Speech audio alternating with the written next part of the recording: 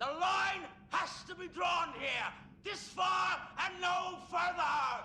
Hey everyone, Mikey here, and welcome to another build video, where today I am doing my budget exceeded rated limits build on the new Terran Lexington Dreadnought cruiser. First of all, I just have to compliment Thomas and the rest of his team at just how gorgeous this ship looks. It is spectacular. Probably one of the best looking ships in game. So yeah. So an exceeded rated limits is a miracle worker ability that isn't seen too often. It's not going to break any records, but it is a very useful ability, especially on a ship like the Lexington that has a higher hull. Because the downside of that ability is, while it's active, you take 3,000 damage per tick. So on smaller ships that's quite a substantial amount, but on a larger ship such as the Lexington, it can handle it and it is worth it. So let's take a look at the build. So when I was putting this build together, I wanted to go with a more budget-friendly alternative over some of my previous builds. More specifically, to stay away from a lot of previous event items that newer players don't have access to. So for the weapons, I've gone with the Baul Anti-Proton. I found these work best because of the refraction. And because I'm doing this on my engineering tune, they're all re-engineered for crit D times 4 crit D DM. Whereas if this was on my tactical tune, it would be damage times 4 crit D DM. Torpedo, of course, using the Dark Matter Quantum from the Discovery reputation. The Fleet Colony Deflector. The competitive impulse engines from your competitive rep. And the Discovery Warp Core and Shields, mainly for the two-piece, which gives you the extra hull regen, which is beneficial, especially for an exceeded rated limits build. Devices, yes, I'm using the Kobayashi Maru, but it's a device, so it's not something that's gonna make or break a build.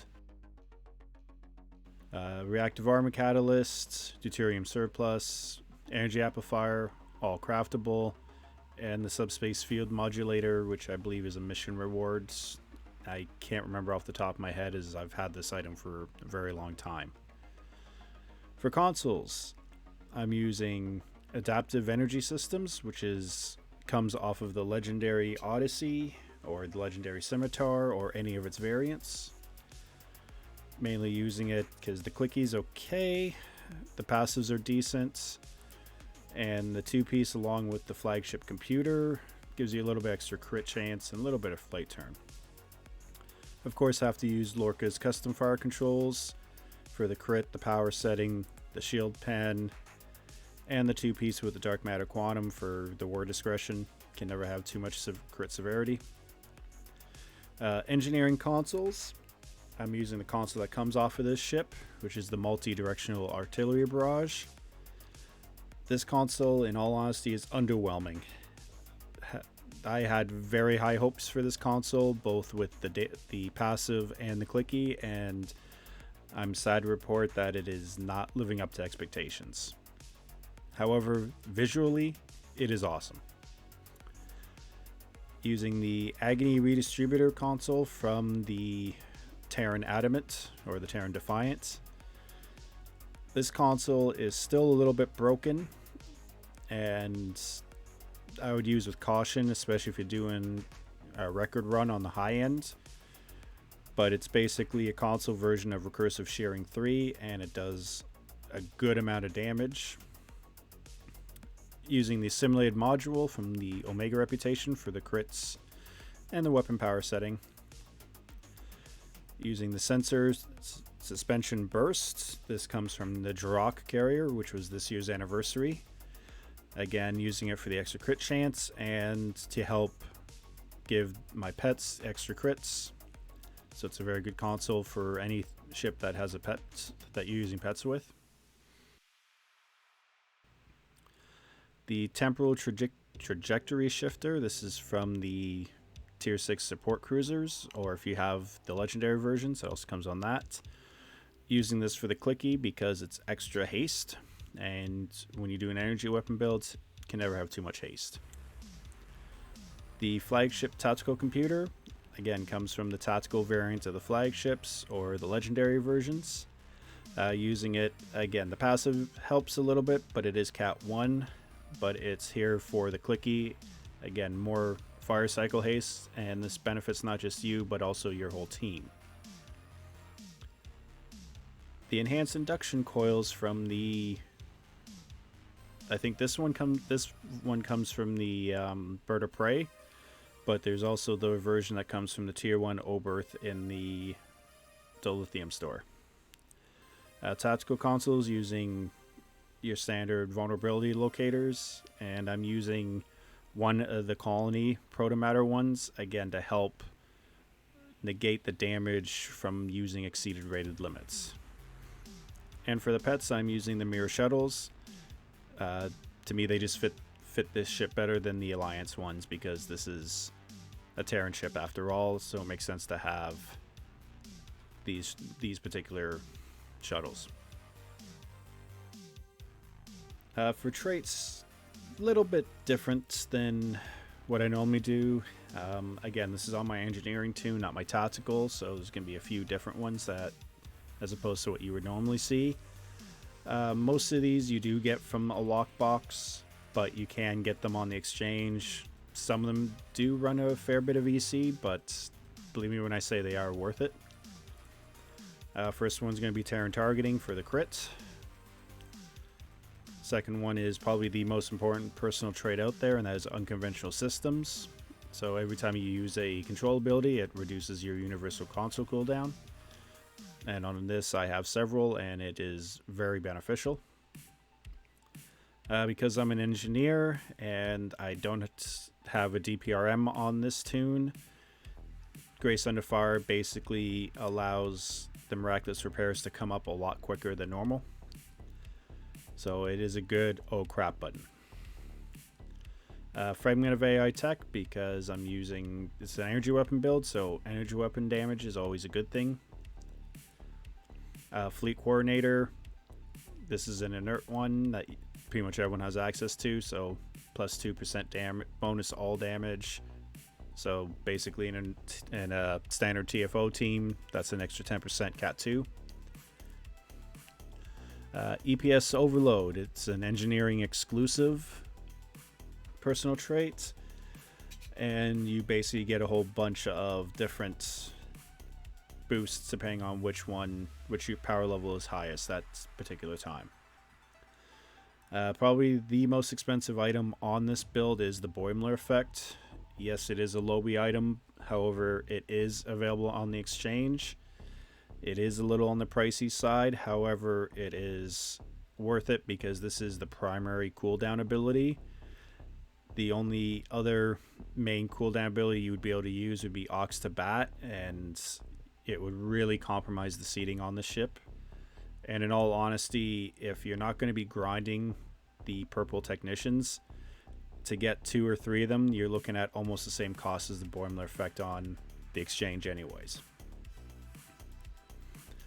Context is for Kings. Again, pretty much standard meta DPS trait. If you take damage, you get extra resistance. If you don't, you get extra bonus damage. Intelligence Agent Attaché for the Captain cooldowns. Again, another one that is, especially for tax, it's a must-have. For engineering, it's not as important, but it does help. And of course, Inspirational Leader for extra starship skills. Never a bad thing. For starship traits, Emergency Weapon Cycle. Again, must have for energy builds to reduce the power cost, but also increase the fire haste. Every time you use emergency power to weapons, this comes from the Tier 6 Arbiter. Onboard Dilithium Recrystallizer. I know this is my good friend Stu1701's favorite traits, and I have to agree with him for engineers. For every non-weapon power that is maxed, you get an extra boost to Cat 2 damage, and it's very beneficial for engineers. Dimensional modulation, which comes off of this ship. So basically, anytime you activate directed energy modulation or miracle worker ability, you get a scaling damage boost. It's a decent trait, good for mid-end. Energy overdrive, this is from the tier 6 Saber. Its tier 6 name is escaping me at the moment. But because I'm using exceeded rated limits, you get a bonus to speed, turn, and all damage. So it's a good one to slot. Critical systems, you get this off of your temporal recruit. Anytime you're using emergency power abilities, extra crit chance, extra severity, never a bad thing. And strike from shadows, which is from the tier 6 Sharan or Machal bird of prey. When you're attacking a target that doesn't have you targeted, you get a bunch of bonuses. So that's a good thing. For stations, as with a lot of my other builds, I've jammed in as many unconventional systems procs as I possibly can, and on this one I have 6, and they are the tractor beam, scramble sensors, photonic shockwave, viral impulse burst, EMP probe, and jam targeting sensors. So 6 Yukon procs, very good build. For tactical, chemocyte laced weaponry, torpedo spread, and attack powder beta. The engineering, it's of course power to engines, power to weapons, narrow sensor bands because this is an energy build, and the star of the build is the exceeded rated limits. And as you see, it puts power drain to 0, puts 100% cycle haste, but the downside is you suffer that 3000 electrical damage and a little bit of power levels, but as an engineer you can very easily overcome that. For duty officers, not using anything spectacularly good or anything that is overly expensive. Again, I want to keep this as budget friendly as possible. Emergency con hologram, which recharges your evasive maneuvers when you use emergency power to engines. This comes from Phoenix.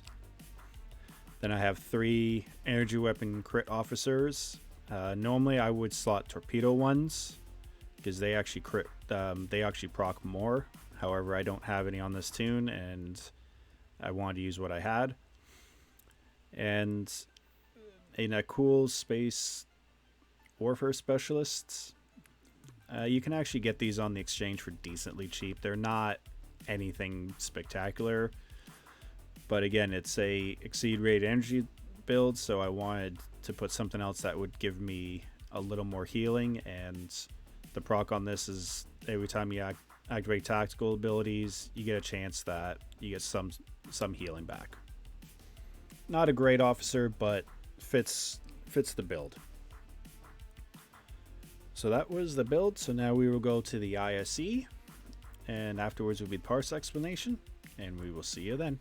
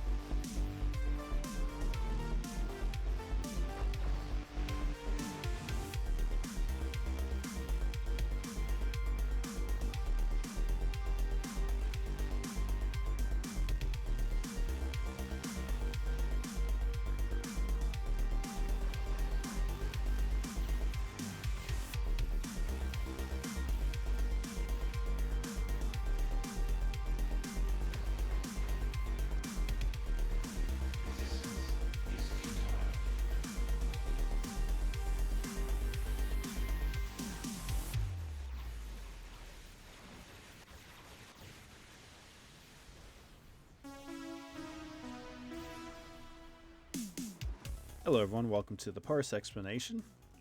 As you can see, I was on my engineering tune, Alyssa, and this build did 347k DPS, which I must say I am very happy with. It did exceed my expectations. I'm not gonna lie, I was expecting just under 300, but 347 I will definitely take, especially on a pretty scaled down budget build. My good friend JB was tanking, and he was tanking in his new lobster tank, as he's calling it. So thank you very much, JB. Hope everyone here is subscribed to JB on YouTube, and look forward to seeing that video in the very near future. Our good friend Jack was controlling. Our friend Jadzia was also along for the ride. And our very good friend Meglo also joined us. So let's take a look at the individual. So you can see right away the Baul anti-proton arrays did 172k DPS with over 1200 attacks, and that is without beam overload, without fire at will, etc, etc. That is surely because of the exceeded rated limits, procs, and the haste from all the other consoles. So it goes to show you that you don't necessarily need to have beam overload to do a lot of damage. Pets did 92k. Again, most of that is going to show up as an enemy, but that is from the Agony console. And it did 52k with a max one hit of 63 when I used it on the initial tactical cube at the beginning. And then the gateway, nowhere near as much damage because the spheres were not close enough. And then the Class C shuttles on their own did 32k, which is very good. This is one of the reasons why we all like these pets. That and the fact they don't have torpedoes. Chemocyte did 18, almost 19k. Again, with all the how many times the weapons are being fired off, it gives more chances to proc. Torpedoes on spread 2, 16k, not too bad. Tropic Rider, which is from your temporal specialization, 16k. The Dark Matter Dissolution, which is the DOT off of the torpedoes, did 8k, which is very good. And here's the multi-directional artillery barrage. This is the console that comes on the ship. As you can see, 4k. Again, it is underwhelming, but the effect is cool, plain and simple. The Baul refraction on its own, and this is just when the Baul weapons are hitting the secondary targets. Did 3000 DPS on their own, which isn't too bad. The Phaser Lance, again, I've said this before, just like all the other lances, they don't do a lot of damage. They're just there for show. At least they're not a console and not taking up a spot. And here is the exceeded raid limits. Now, this is a little misleading. This is not damage outgoing. This is actually the damage you are taking when using this ability. So, because you can see it's always going to be a 3000 hit each time. So it did 1800 DPS against me in this run. So if you're looking at your parse and you're using this ability, this is not outgoing damage. This is actually incoming, but it shows up here for some reason. And then everything else is just pretty much the same. Looks like I did steal. Yeah, still someone's concentrate firepower proc. It happens. So there we have it. That is my exceeded rated limits build on the tier 6 Lexington Dreadnought Cruiser. As I stated before, it is not going to break any records, but it is a solid build. 300 plus K is I'll take any day of the week. And it's something you don't see every day. Want to thank you very much for watching. Please do all the normal YouTube things, you know, comment, like, and subscribe. I know you hear it time and time again, but it really does help the channel out. And also please give me a follow on Twitch. I do stream there 1 to 2 times a week. So I'd really appreciate if you came and hang out next time I'm streaming. So until the next video, have a fantastic day. Bye-bye for now.